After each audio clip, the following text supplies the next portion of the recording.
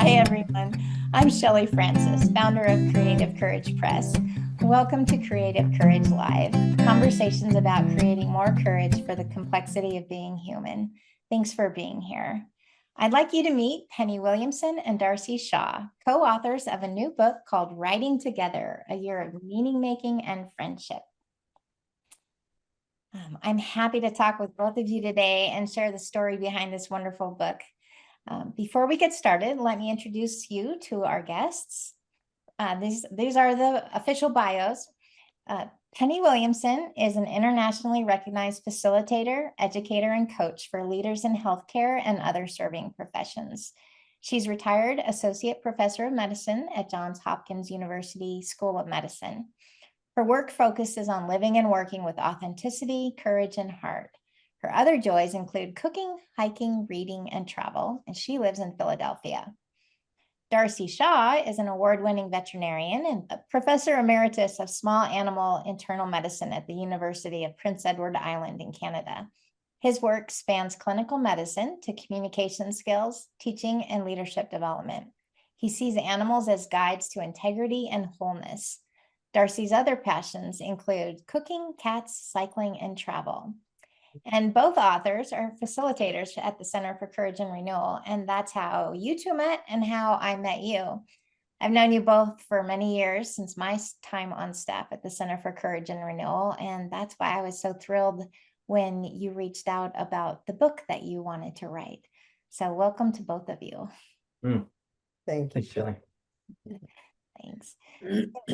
Just jump into talking about how your book came about. How did the idea of this evolve, and how did you decide to spend a year writing together? Well, I'll take a first crack. Let's see. We didn't actually start out thinking we were going to write a book. We started out after we'd been a kind of two-person book club, deciding that we would write together online. Darcy lives in Canada, I live in the States in Philly, that we would write together once a week. It turned into once a week. And we made the commitment after a few times on Zoom that we would write together once a week for a year. And then we'd look back and see what, if anything, we would want to do with what we wrote. And we got into it. And it went from being a commitment that was sometimes a little bit challenging to meet to one that I looked forward to every week. And at the end of the year, we looked back over everything we'd written and we both said, my gosh, look what happened. This is amazing. Our friendship, which was already there, really deepened, and we made meaning of our lives in new ways. We could teach other people to do this. I'll bet this would happen for any two people that decided to write together. Why don't we write a book so that we could share how we created the structure and process and see if that's a draw for other people. So that's what happened, and that's what we did. We spent the whole next year figuring out, with Shelley's help and looking back, how to put it together into a book that would be appealing and draw other people into what we found so really exciting and surprising. Yeah, thanks, Penny. I echo that. We almost, in some ways, like kind of just stumbled into it. This idea that was, looking back, kind of a natural outgrowth of our commitment to sort of meet regularly on Zoom through the pandemic. That first was with interesting books, and then evolved into something else. And one of the most unexpected and delightful and meaningful surprises I think I've ever had in my life is how this whole project evolved. Yeah. And so neither of you were really thought of yourself as writers before this, even though you may have done some academic work.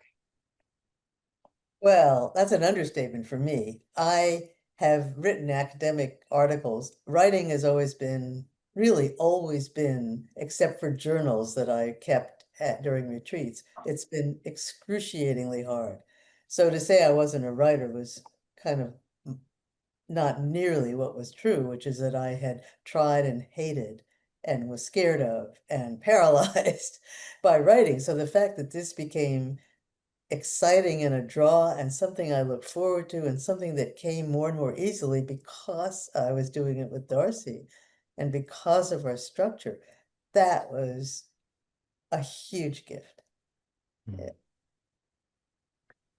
Yeah, and similarly, as you say, Shelley, I've done my fair share of scientific writing, and it's very technical writing. It's, A goes to B goes to C, and I never looked at myself as a creative writer or writing anything else. And so Penny really opened the door when she first suggested that we take an online writing class with Natalie Goldberg. And I thought at the time, like, well, I don't know about that. And yet, as we got into it, I realized that there was an untapped vein inside me waiting to kind of write about that. That was a thread that I mean, it was so powerful in the end, but it really was really Penny's first idea about, hey, let's write instead of just read and talk. Yeah. Well, you both are actually really beautiful writers. And so the book goes from I want you to describe the prompts, but it goes into such depth that we coined that phrase that you ended up writing dual memoir. I mean, these are stories of your life that are just so beautiful. And the subtitle kind of differentiates this book from a how to write well to it's a year of meaning making and friendship. Did you set out to even write a book about meaning making or friendship? No, nor memoir. I mean, I don't think we knew what would happen. Nor did we know, we both are courage facilitators, as you mentioned, so we've used a lot of poetry, and we had a sense of how to work with a poem, to come up with a writing prompt that struck us as, ooh, I think I have something to say on that prompt.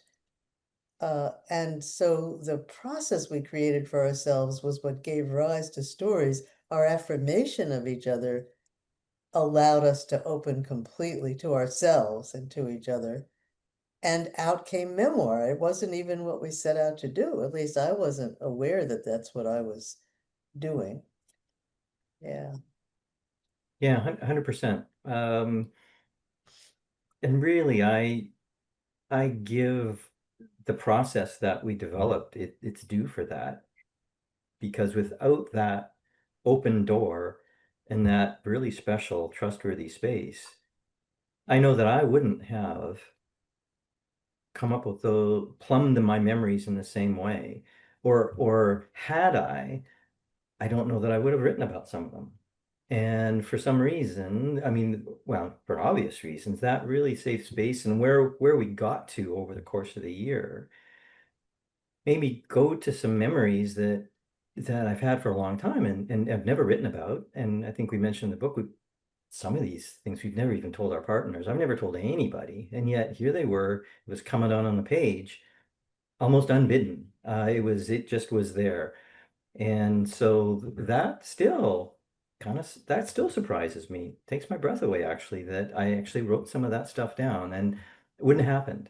But it certainly wasn't our intention when we started that, oh, Penny, let's get together and write all these stories about our lives and go to some funny and go to some hard places. We had no clue what was going to happen. Yeah. It's So funny. let's back up and describe what the process is. Can you, because for people who've never been to a Courage and Renewal retreat or don't know that the process behind it, tell us what a day in the writing looked like and or how you came up with a writing together process. Yeah, maybe to say what we eventually, we had to create a process. We we knew from leading retreats together that it really is important to settle first, not to come running in and go, okay, pick up your pen, let's write.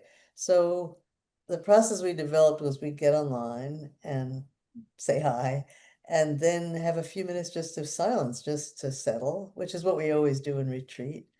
And then we would check in with each other, which, whatever was going on in our lives since we had last talked or what was up that day. So we would do that. And then we chose early on we'd worked with so many poems and they were so familiar we thought for our writing, let's use a poem each time to stimulate a writing prompt that we create, but let's use poems we don't know. And so we picked a book of curated poems by Padraig Tuama, whose work we love, called Poetry Unbound. We didn't know many of the poets in here, and we just decided we would go to a new poem for every session. So we would read the poem out loud, and then we would reflect a little bit on words or phrases or sentences that struck us, and then we would brainstorm writing prompts. And sometimes we'd go, no, and then we would think of one. I could give an example. We go, it that would be one that I don't know what I'll write, but that seems like a neat. We would both have to agree, yeah, that seems like a prompt. So we would create that prompt. Like one prompt was write about an experience that took you beyond words. We would set our timer and write, each of us, we'd put ourselves on mute, and each of us would write for 10 minutes or 15 minutes. And then we would come back and read out loud what we wrote. And just hold each other with support and appreciation. No critique, no, oh my gosh, I would do it differently, nothing, just support. And then we would say, well, what can we now create as a second prompt that we'll take home and do some writing on that second prompt at home before our next weekly session? And so we would do that. And oftentimes, not always, that second prompt kind of dropped to a deeper level, or was a richer, if you will, prompt.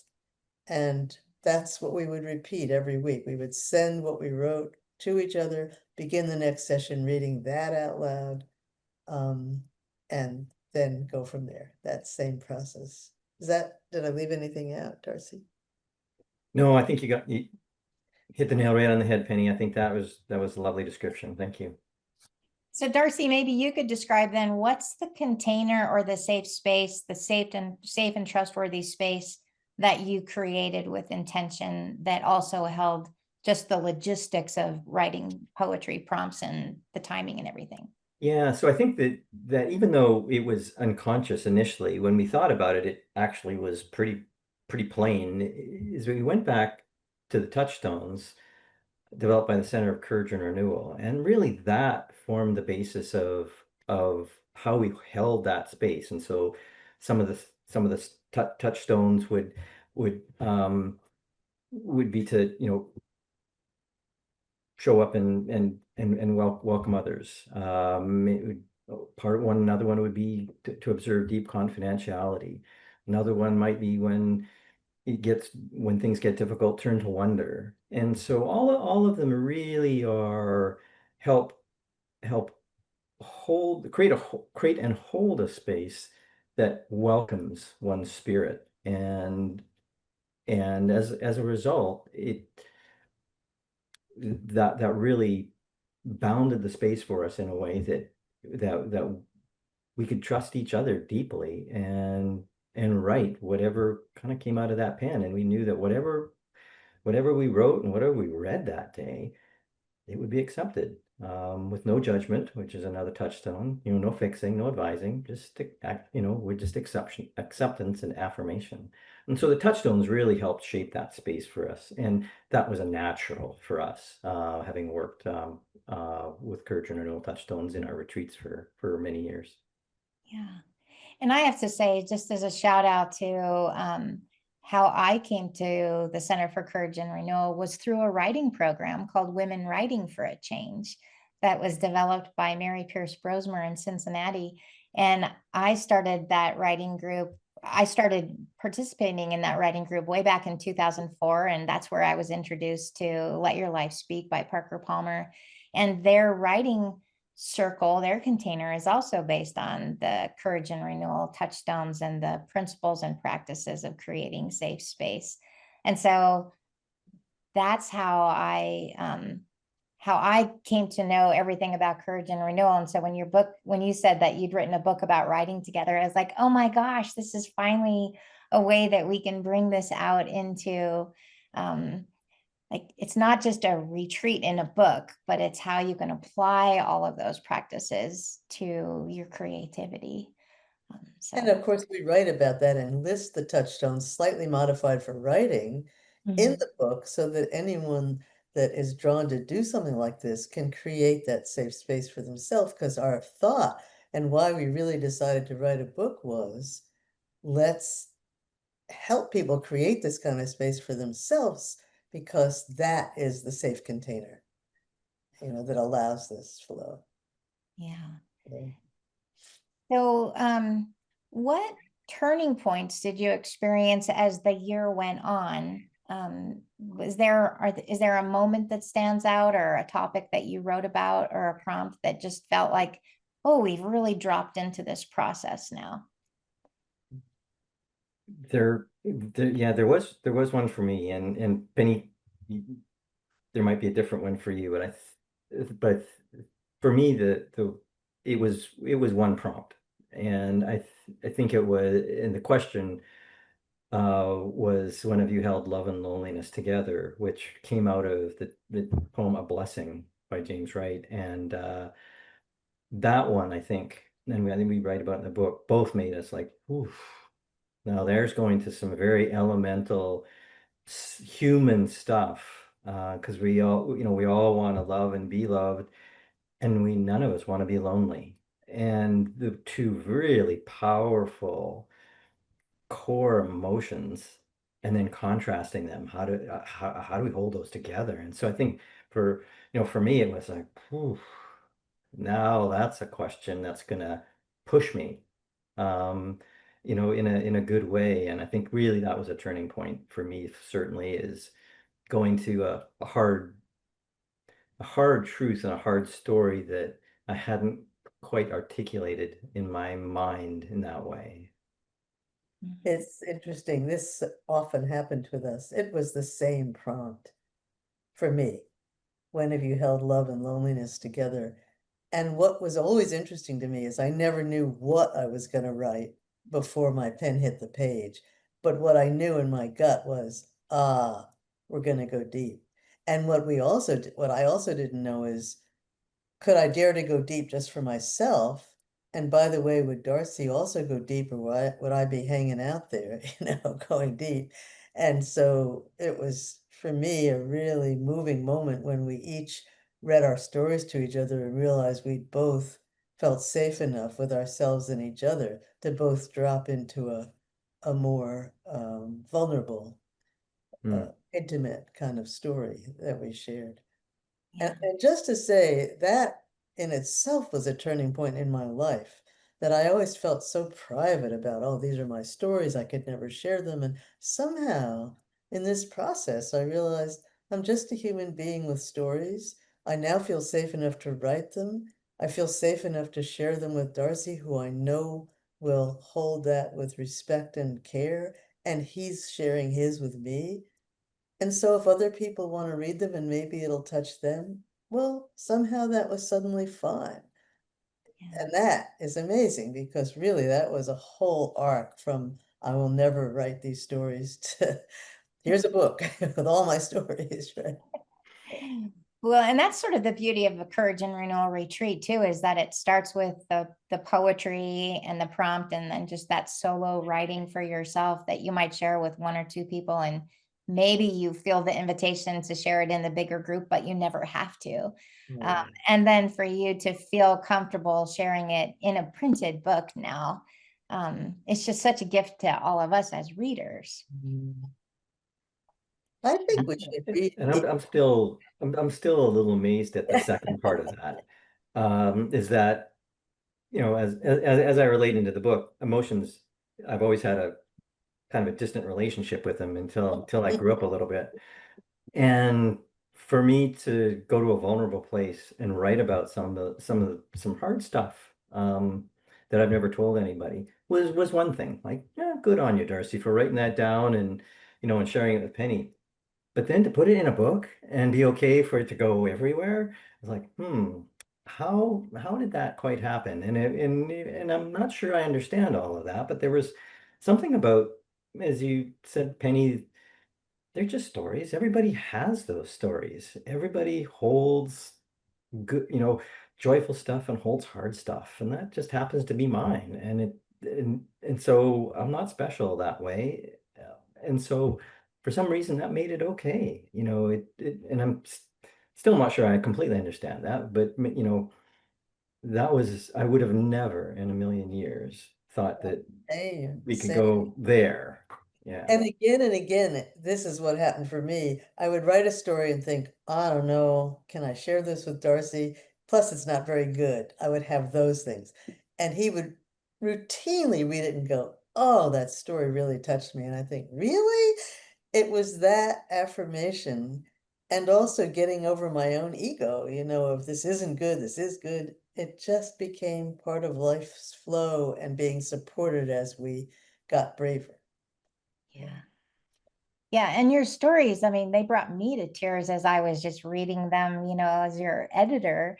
But you had similar feedback from other people who you've shared early copies of the book with about it brings up their own memories. I mean, so even though you're showing in the process how to use a poem to create writing prompts and how to do that in such unique ways, your writing itself then has become a prompt, it feels like to me, to the writer or to the readers. They can go with it in so many directions. How do you see readers using the book?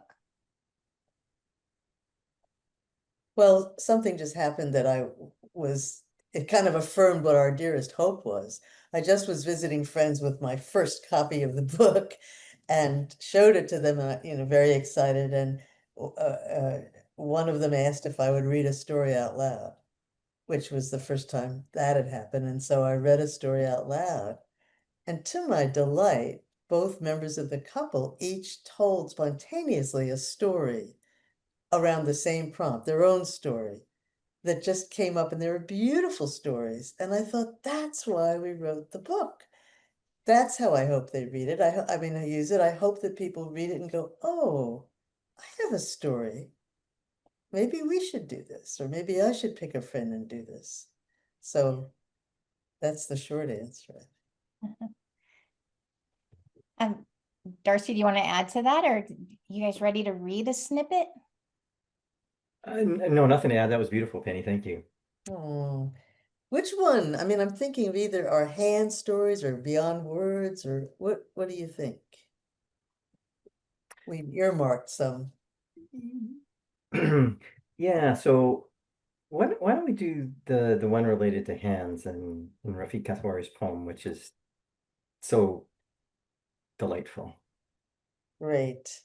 That was number 3. And in fact, if it's okay, I will read the poem and the prompt so that you get you get a sense of how we came up with the prompt. So this poem is a one-line poem. In fact, the title of the poem is longer than the poem. And it's one of our favorite poems by an author who I didn't know before, a poet named Rafiq Kathwari. The title is On Receiving Father at JFK Airport After His Long Flight from Kashmir. And the poem is, As I fling my arms wide, he extends his hand. So online, we wrote stories about a time you were changed by the culture you found yourself in, because that's what that poem directly brought up. We won't read those stories, but after that, we read what we wrote, and then we were talking about how that poem brought up hands, and we both came up with the idea of how about a prompt for our at-home writing, a story of holding someone's hand. And so those are the stories I'll read. Yeah, a story of holding someone's hand. So I'll read what I wrote. These days, my stories of holding someone's hands are metaphorical. I have so many sick friends or friends in distress for various reasons. I find myself holding them in my heart, accompanying them with my listening, my sadness, my compassion. It is the beautiful, painful reality of love that friends will suffer and some will die. Of course, all will die, but not necessarily on my watch. And being a friend means bearing that suffering as a witness, as a companion, and by holding their hands in real and imagined ways. But today I will write in more depth about a story of Jim and me holding hands. After all, it is his birthday. He would have been 87 today. We held hands all the time, on every walk. I particularly love the feeling of being together in that simple, loving way. One summer we vacationed again in Wellfleet on Cape Cod, a favorite place. That year we splurged and stayed in an oceanfront cottage. The beach was right there outside our door, a few hundred yards away, and we took long oceanside walks every morning. I remember one particular morning. We were walking, holding hands, laughing, looking out at the ocean, same as always. A young man was walking towards us, yet far higher up on the beach. He veered in our direction and walked diagonally across the sand to reach us. When he approached, he said he had watched us many times walking on the beach and holding hands. He wanted to tell us how much that touched him. I was moved. Holding hands was so natural, it was automatic. I'm not sure I knew how special it was until it was mirrored back to us. It spoke of love and intimacy in a way I hadn't named before. It made me happy to be witness. Jim, who was much shyer, might have been embarrassed to be seen in this way. I don't remember him saying. It didn't stop us, thank goodness. We always held hands and we laughed a lot. I liked dropping hands to walk apart for a while, perhaps because a mountain path was too narrow or because being alone is as precious as coming back together. Each supports the other in the dance of life. Who reached for the beloved's hands? I have a feeling I was more the reacher, as I am naturally more expressive of emotion than Jim was. Yet it was our habit and a great comfort to be met in this way. Happy birthday, Jim. I honor our years and am grateful for the physical memory of our hands entwined on all those paths. Mhm. Thank you, Penny. Thank you. I'll I'll do my best to read this story without without choking up. Excuse me. A story of holding someone's hands. When I put my hands on hers, it was warm, surprisingly so, since the life that had lived in my mother for 93 years was barely a glimmer. It was like the last flare of a candle flame before it sputters out. I let my hand rest on hers for a few minutes. It was a hand that I had touched or held since infancy. It still had the elegance I remembered, despite the withered flesh and the recent bruising from blood sampling. I'm not sure she was aware of my hand on hers. She did not move or turn her head. Her closed eyes fluttered briefly. That was enough. She was in her own world now, on that final journey that would end a few days later. I like to think she was shifting through old memories, turning the pages of a well-curated photo album, smiling at this and that, and saying hello and goodbye to all the people that she had known and the sights she had seen. Packaging things up neat and tidy before she left, something she always did in her day-to-day life. I couldn't keep my hand on hers for long. The intensity of that connection and knowing this was the final time I would touch my mother, coupled with her seemingly urgent need to keep moving and not be distracted, made me pull my hand away. It was like standing close to a raging fire of emotions, of final goodbyes, of ruthless inevitabilities. You could only take it for a short time. I continued to sit by her bedside for another hour or so, my mind like hers, gently turning over pages of my own photo album of memories, accepting all of who she was at her worst and at her best. All is forgiven now. The slate has been wiped clean. We can just sit here. I smile and hold her in a misted gaze. No words are necessary or needed. We both know that everything will be okay. Mm. Thank you both for reading it. great to hear your voices and to hear the depth of the writing that arose. You had such a range of topics throughout the book because, of course, you were going through the book of poetry that were also different. Um, Darcy, as a veterinarian, you've written about animals, your travels, your cycling. Hands actually came up more than once because I remember, Penny, you writing about your mother's hands playing the piano, or Darcy, your father's worker's hands. If the scope of all of that still created like this snapshot of your life.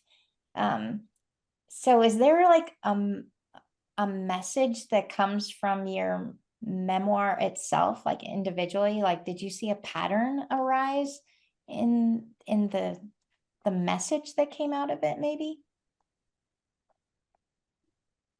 I would say theme more than message. That I realized my life, or what I ended up writing about in this year, was a lot about finding my way to living authentically, moving away from things that weren't really mine to do or that were harmful to my soul, and becoming truer to my gifts and to who I am, and more comfortable also with accepting and loving myself and being a bridge for others. And for me, I think, and I think this word came up frequently in many of the stories, but the kind of a theme of connection and connectedness I noticed coming up in a lot of my stories, whether that was connectedness related to animals, to nature, to people. And it's like I had all of these floating pieces in my past, and through the writing, somehow they've become closer, they become more connected. Um, and I think that that's also part of the connectedness that we felt as friends, right? It took connectedness for me to realize all of those other pieces as well. And so I think that I saw that thread moving through a lot of my stories. And paradoxically, well, not maybe paradoxically, but it was also part of our process too. So the connectedness led to connectedness, or me realizing those connections. Which reminds me, we talked about when have you held love and loneliness together? Telling stories like that made them less lonely. I mean, it's just such an interesting Hmm. phenomenon. And I echo the connectedness that I realized out of my own loneliness, which was a part of my earlier life. Creating community and being part of trustworthy communities became my life's work. And I don't think those things are accidental. And I don't know that I quite saw the link as clearly until I look back at what we'd written. Yeah. You weren't just writing about family and life and love and loss. You were actually writing about your work and your vocations. And you have had people from within your vocations, in medicine and leadership, read the book early and comment on it to you. So I'm curious how you want your network of readers to see this kind of writing that is outside the professional writing, but because like Darcy, you start the book talking about being burned out. And Penny, you talked about in different chapters the challenges you were facing being part of different organizations. So how does this kind of writing inform or inspire or interact with who we are in our work day, not just our at-home life? I love that question, Shelley. Hmm. One thing for me that comes to mind is most of my community and work are people that are in the healthcare, physicians and administrative and other leaders. And even though that seems like a very connecting, full profession, which it is also lonely at times because people are serving and healing alone, and the need for connection and the loneliness is actually epidemic. And so one of the things I realize is this is a way to really deepen a friendship and to be known and to know another at a level beyond the workaday tasks that is too rare, I think, in our culture, and it's rare in our lives. So that was my hope. We said it again and again. Let's help others connect in this way. And by gosh, on Zoom, you could be anywhere in the world, and it will help with that creation of a safe space to be connected and to make meaning as you relive whatever comes up in your writing. And I think that echoes directly into the veterinary profession, which carries many of the same serving challenges and loneliness and stresses that we like to keep closed away because it's not it's not in the medical culture, whether it's human or veterinary medicine, to sort of look weak or look like you can't do your job or you're not coping well. And having a place like this to write and to write at that level within a space, it can be so healing, for no other reason, as Penny said. It's just you're less lonely. You're part of the human race, and you realize that I hurt just like everybody else hurts, and that's okay. And my stories count. I mean, working with Hmm. physicians are taught to help other people and to keep their own personal stuff private. And so Hmm. where do we go with our own stories when we're helping everybody else? And Hmm. this is the place. And even if we have friends at work, we don't often sit and share the deepest stories. So yeah, all of that. All of Yeah. that makes me excited to say it because that's it. I so hope that if this is a draw for people, they will find a person to write with and try this simply because it was so rich for us. And another thing that comes up for me is just the feeling of being so deeply listened to. That is such a rare commodity in our culture, that somebody actually deeply listens to you. That's a profound gift. Yeah. And thanks to Natalie Goldberg, I mean, one of her guiding lights about writing is no comments, just listen. And at the end say thank you. So it is such a gift. And to me, that's one of the most important parts of the process of the courage and renewal approach, and that we say, what if connection, not critique, is what brings your writing alive? Because Mm. it's the space you create together, the courage that exists between you two when you're just affirming of each other's voice. Including, I mean, we would laugh because sometimes our writing wasn't like, oh my God, that's great. And we'd go, yeah, it wasn't a great day. It's like it didn't matter. We weren't judging, including judging ourselves, and we would do it next week. It wasn't about every writing has to be great. And over the year, our writing craft really developed, and we were able to go to different places than we would have been at the beginning. So it was an arc, and even in the middle of the year, there could be a day that just was off, and it was all fine. Yeah, and we both admitted, depending on the week and depending how busy we were, it was like, oh man, I gotta write a story and I gotta get it to Penny by tomorrow. I'm like, oh, I've been putting it off, but we sat down and just got it done. Sometimes it turned out to be a really good story, and Yeah, sometimes it was like meh, but we got it done, and yeah, we right. kept we kept the promise, kept the faith. Yeah. And that's the other thing. If I hadn't had a commitment to Darcy, there are some weeks when I would have given myself a pass, and I never did because I was accountable, right? Yeah, it is that accountability. And just to be clear, the book isn't a year of all your writing. You picked your favorite Oh, writing God, with no. about the third Yeah. year. Yeah, we Yeah, picked that's right. 11 favorites for, yeah, Yeah, right. That would be more that's than right. anyone Yeah. wanted to read. Yeah, you don't go to a party in your clothes you got out of bed with, so we had to remove some blemishes and gussy it up a little bit, so. But you also ended up with this third layer of the writing, the hindsight writing, maybe we would call it. I don't think we ever called it that in the book, but in the past year, as we were creating this book, there was like the third layer, the year later writing that happened then. Yeah.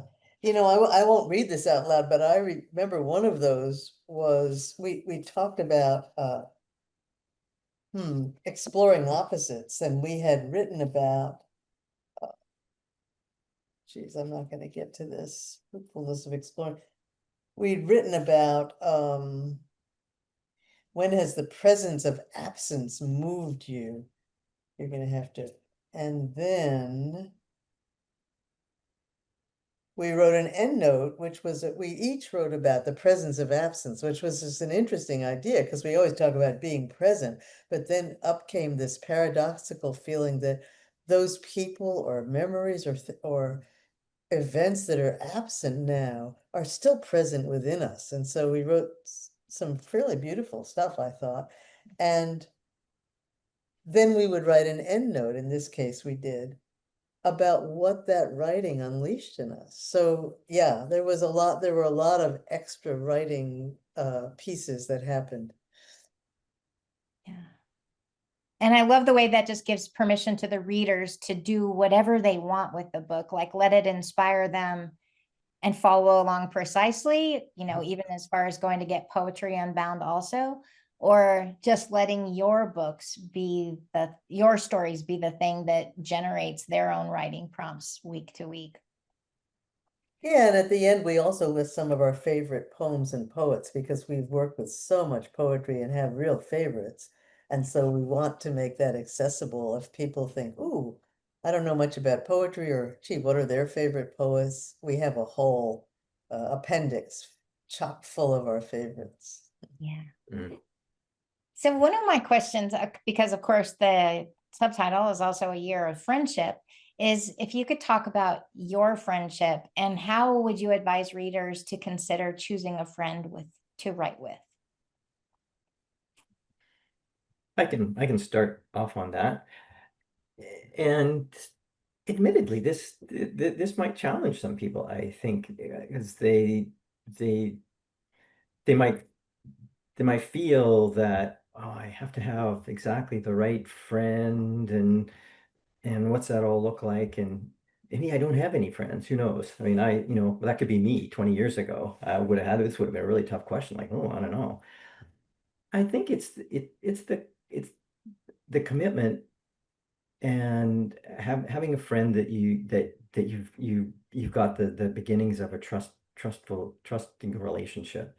Um, Especially if you want to go to some of the places that we went, to be really comfortable in being able to write whatever you want to write.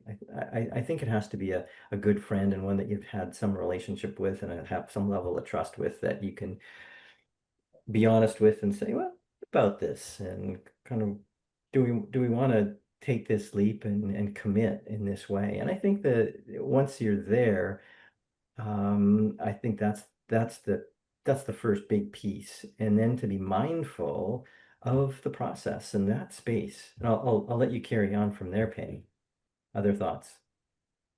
Yeah, I I would say trust your gut. Now think Yeah. about, would I like to spend a year once a week writing with this person? For me, that's the most trustworthy guide. You may not know what's going to come, but just that feeling of, oh, for some reason, oh, this person likes to write and I've always wanted to get to know them better. Or, Hmm. ah, boy, would I like to commit to writing with this person. They just are someone I admire so much. So I feel like that. But that's the most trustworthy guide. It doesn't, and it could be someone, from my point of view, someone that you trust, but you may not know that well. Hmm. You just have an inkling that, oh, what a way this would be to get to know this person better if they're up for it, and if writing appeals. So Yeah, and I think, thanks for bringing that up, Penny. I think that really is a heart and soul feeling and discuss, and that's not something you can analyze your way into very easily. And that's probably why we didn't put a checklist in for what's a good friend to write with. Yeah, You know, yeah. do they have these characteristics, you know, and they need 8 out of 10 of these, or, you know, it's just not going to work. Yeah. Really. Hey, Darcy, can I ask you a question just as a man? How does it feel to be writing with a woman who's not your wife, who's just like your friendship looks from the outside to be unlikely or unusual?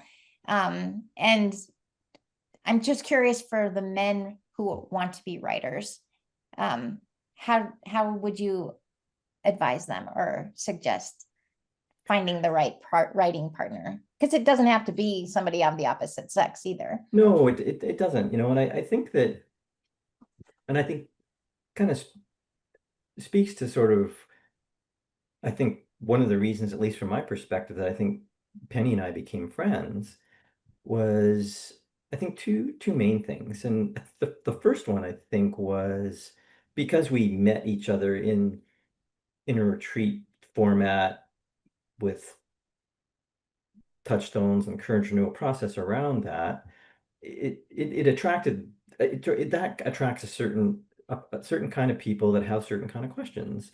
And those questions go speak to kind of deeper meanings of lives and who we are. And I've always had an interest in those questions, even though I really couldn't approach those questions for many years, or I didn't know how. And Penny also have had an interest in those same kind of those same life-giving questions. And I think that that was the beginning of it. So there's a kindred spirit that's interested in thinking about deeply those questions about our lives and how we make meaning out of our lives and how we really figure out who we are and whose we are and where we belong. Important questions. And so I think that was it. We had that common interest. Uh, and and I think layered on top of that was Penny laughs at my jokes. And so I like to hang around people who laugh at my jokes. And Penny has a good sense of humor too. So we laughed a lot together. So the combination of laughing and being interested paradoxically in big, serious life questions, that's a pretty good combination, right? And so I think that really was the basis of our friendship. And it just happened to be that Penny lived in Baltimore and Philadelphia. I lived where I had. We had very different sort of career paths, but we had those shared interests and the ability to sit and think about those deep questions and also to have a good laugh and laugh at ourselves sometimes in kind of what we were trying to do or what we did. And so that was it for me.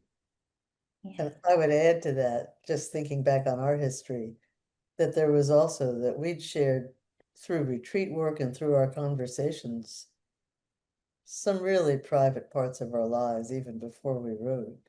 That because Mhm. it encouraged work and those questions brought up stories.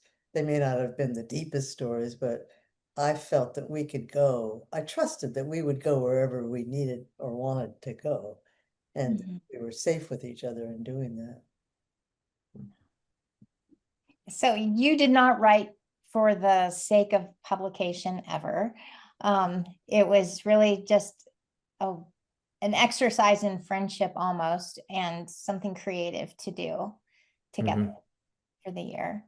Um, you know, because my company is called Creative Courage Press and this is Creative Courage Live, I always ask, and of course, you're courage and renewal facilitator. So, what does courage mean to you in light of this book and this year of writing together?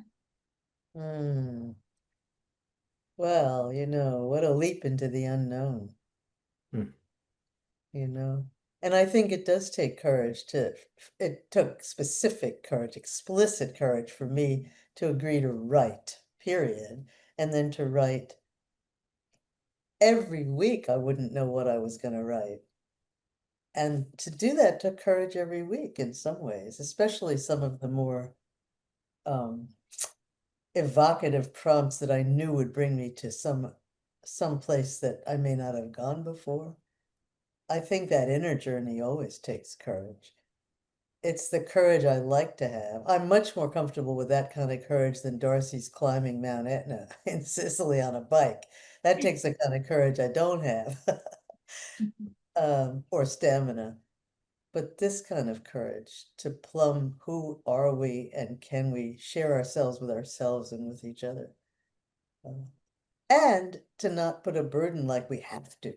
It was that sense of wherever it goes. Yeah. I'm ready to take that kind of trip, exploration. Yeah, I think to build on that, Penny, we were writing, it was open-ended. We weren't writing for something. And we always told ourselves that, look, if this becomes a chore, if this becomes a burden in some fashion, we'll stop doing it. And so it was that open-ended invitation, if you will, that really kept us there because we didn't have this cloud of obligation or had to or a deliverable that we had to meet. It was that open-endedness that I think really helped. And for me, the courage was, I think I alluded to earlier, was the kind of emotional courage for me to write what I did. That that was hard. That was the hard part for me. And not only to write some of it, but then now again to like, what? We're going to actually share it with the public at large? But the first part of that, the courage to actually write some of that stuff and admit some of those stories to myself, black and white, there it is on the page. I think that was the hard part for me. And in the end, those are the stories that impacted me the most, that really made this an unbelievable special year and special project. I mean that will just I'm changed forever because of that and some of the things that we wrote. Yeah, I echo that, Darcy. And really, our book, we had the courage to say, let's write a book after the courage to write all year, because we had this sense that other people might really be drawn to do the same. For me, it wasn't about, oh my God, my stories are amazing. Let someone else read them at all. It was this process felt replicable. Mhm. And it's a process that's life-giving at a time when loneliness is rampant. Mm. So, Yeah, and you've taken it from the physical courage of just showing up week to week to the social courage of being together and being vulnerable with each other. The creative courage to plumb the depths and just do your beautiful writing in a different and unique way. And now it feels like we're at the collective courage piece of your collective courage together, and now to launch the book and bring it into a wider conversation. Um, and Shelley, we got to give a shout out to you, because Mm. without your affirmation, your knowledge, and your sense that this was a worthy book to write, I don't know that it could have happened. So Yeah, very much. really, Yeah. you're an amazing partner on this journey. well, thank Yes. you. We make a Yes. good team. Many It was things. my pleasure every time we met, just gave me energy. I'll never forget you saying, those are my favorite chapters. Like, oh, really? Because you were the first person outside of us that read our stories. So, I still remember like, oh, I got to share this with someone else, Then when you Uh, said you both write well, I almost fell off my chair. I mean, I just still feel like, really? So, You do. You're beautiful writers, and I think it's because it's your authentic soul coming out. Your true voices really show up on the page. So thank you for doing that. mm. Is there another piece that you'd like to read, or shall we Oh, wrap yes, up? yes. I want you to read. Darcy, I want you to pick one that has one of your animal stories, like, hint, hint. Yes. Well, we can we can go to our I think it was this was our second well, chapter 12 is the seeing and being seen. And we had a beautiful poem called Sanctuary by Ada Limon. And and it was uh, the language in the poem really took us all sorts of places. But it really was the first stanza when she said, "Suppose it's easy to slip into another's green skin, bury yourself in leaves." Just the imagery there. We just couldn't help playing with that. And so for our at-home prompt, not surprisingly, we came up with the question, if you could slip into the skin of an other, who would it be? What would it be like? Shall I read mine first, or do you want to read it? Please. Okay, so, yeah, I don't want to give anything away. I'll just read what I wrote. If you could slip into the skin of an other, who would it be? What would it be like? You died way too soon, far too young at 51, and so I never got to ask you what it was like being you, what it felt like as your fingers flew over the keys hour upon hour, practicing and perfecting the beauty of a Bach fugue, a Beethoven sonata, or the endless Czerny exercises to keep your fingers supple. What was it like to love my father so completely that you were willing to give up your whole life over to being with him almost all day, every day? From the outside, it looked so idyllic, always hugging in the kitchen, cooking, practicing the piano right across the hallway from where he was painting, all day, every day. You even told me once that you wished you lived in Israel in a kibbutz so my sister and I could be taken care of and give you more freedom. I was shocked. Still, I felt your love. I felt your loneliness. I feel you now, the making do with never enough money, yet the laughter and good food, your favorites, shepherd pie, chicken cacciatore, always stretching the few dollars to make them last. You had to feel ashamed and angry at yourself that you told me not to bring a friend home for dinner one time, as we couldn't afford it. You hid the angst, but you didn't. You felt sick all the time. You said you had not been pain-free since you were 16. What was life supposed to give? Did you know how loving and loved you were? You fainted often. Your heart held the stress. You were a loved but caged bird, needing to fly even as you made a home of your cage. I did try on, slip into your skin. I ate you whole. I felt your self-judgment, your competence, your giving in to customs even as you dared to be yourself. I felt your body weaken, sicken, and die too soon. I broke free to be my own body, follow my own lights, be not who you were, infirm, weak, giving without claiming your own needs for friends, to stretch for more. You wanted me to have that yellow dress and you bought it for me even though you couldn't afford it. How did you do that? The why is easy. You saw my need and everything in you wanted to give it to me. You wanted to be there for me in a way no one was there for you. You wanted me to be there for you in a way I was too young for, too much a child, your child, to be a witness to your spoken griefs. You felt trapped. I couldn't be the friend you needed. I was only 13. I couldn't help. Your fingers opened your heart to the greater vistas of all that music. Music saved you. You taught children and adults to play the piano with feeling. Everyone fell in love with you. You were beautiful and giving and fiercely committed to excellence. You didn't hold back when it came to playing the piano. You were a truth teller in service of what the music called for. You were patient with your laggards, me among them. What dreams did you have that slowly faded? To be a concert pianist? To have luxury and comfort? You fell in love. I'm making this up, but know the outline. An affair, a wealthy man who gave you expensive gifts and came once to our house, to the door only. You couldn't do it. You said to my sister it was for us. You couldn't leave us.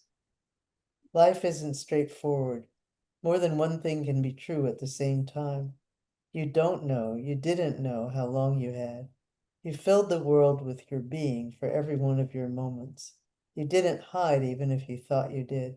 And you were so smart, emotionally and intellectually smart, even if you thought you weren't.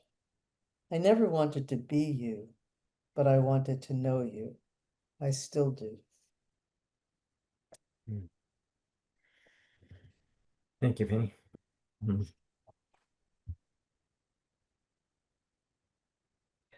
So this was a time when I took a very different approach to the question than Penny did. So if you could slip into the skin of another, who would it be? What would it be like? I've mulled it over long enough, so I'll just say it. I would like to step into the skin of a goat. One might be perplexed by my choice. Granted, there are a lot of other animals I could have chosen that are more beautiful, dramatic, or symbolic. Why not a tiger, elephant, or an owl? A fair question. There's something about goats that draws me in. It's not their modest size or that you can get your arms around them, handy for veterinary work. They're not overly attractive, although baby goats or kids are devastatingly cute. The most familiar goats are domesticated species that have been of great use to mankind over hundreds of years, supplying meat, milk, and fiber. I respect what they have given to human societies, but that's not the nature of my interest. It's in their eyes. Admittedly, their eyes can be off-putting with their horizontal pupils, but that strangeness passes as you look more inquisitively. If you take a moment and concentrate, then you see something else, and it's looking right back at you with the same curious gaze. There is intelligence and a personality there. So throw me into a goat's body just to see how it fits and feels. Oh, and please make it a Nubian goat, who characteristically have big, floppy ears. I have had the lifelong pleasure of big, saucer-like ears stuck solidly in place. I'd like to try some big, floppy ones for a change, so that I can flick them around in dramatic fashion. What I'm particularly curious about is the inner lives of goats. What constitutes a good day for them, other than eating, for which they have a prodigious and willing capacity to eat almost anything? What are they thinking about? Are they consumed with soulful musings about who they are and why they exist? What do they think about us or other species? I suspect that goats have strong opinions about most things, and that pragmatism and not suffering fools gladly heavily influence the positions they take. Buttressing this is a wisdom and clear-eyed understanding of the reality of the world. After getting to know my herd mates, I would tenderly and with compassion ask what they hope and wish for. This is an uncomfortable question for a foal goat to be asking. As interesting and important as goats are, they are not an apex species. They are flight animals. Like other herbivores, they run away from threats to live and eat another day. Obstreperous billy goats notwithstanding. Tomorrow they could end up on someone's plate, be chased by dogs, or graze peacefully in a pasture. How do they hold this vulnerability, this fear, this pervasive uncertainty? How would they judge their keepers? I'm not sure I would like what they have to say about the latter. I will, of course, never know the answers to these questions. All I really know is that there is someone behind those eyes looking back at me, maybe wondering what my hopes, dreams, and intentions are. Perhaps goats, in their way, are asking more of me, inviting me to thoughtfully consider where I sit in the kingdom of animals and what my duties and responsibilities should be to my kin. Maybe they are hoping that I'll see myself as part of everything that moves and breathes, not separate from, not an individual, not above or below, no dominion over, just one of them and one of us, all trying to get by and do our best, one day at a time. Thank you, Darcy. I love that story. That's really definitely one of the more memorable juxtapositions too of the Yeah, I and, love that. and the lightheartedness. It's just such a great example of how the prompts can bring up who knows what. Mm, Yeah. Thank you for reading those. You're most welcome. Well, we've almost been on about an hour, so let's wrap up. Thank you both so much for being here today and sharing the story of this writing together book. How can people stay in touch with you and learn more? Well, we've started a blog, And so you can find us at writingtogether.substack.com. And you can post comments, and we'd love to hear from you. In addition, we have some events that are coming up. To start with, we have 3 book launches, if you will, 2 in person and 1 online. The first of which is at the Bookmark bookstore in Charlottetown, Prince Edward Island, where I live. And the event will be held at the University of Prince Edward Island Faculty Lounge on October 7th at 7 p.m. And Penny, I'll let you carry on with our next one. So the next one chronologically is our Zoom book launch, hosted by our dear friend and courage facilitator, Sally Hare. And that will be October 19th from 2 to 3 p.m. Eastern Time. And if you you can click on the link to sign our Substack, and then you'll get the Zoom link.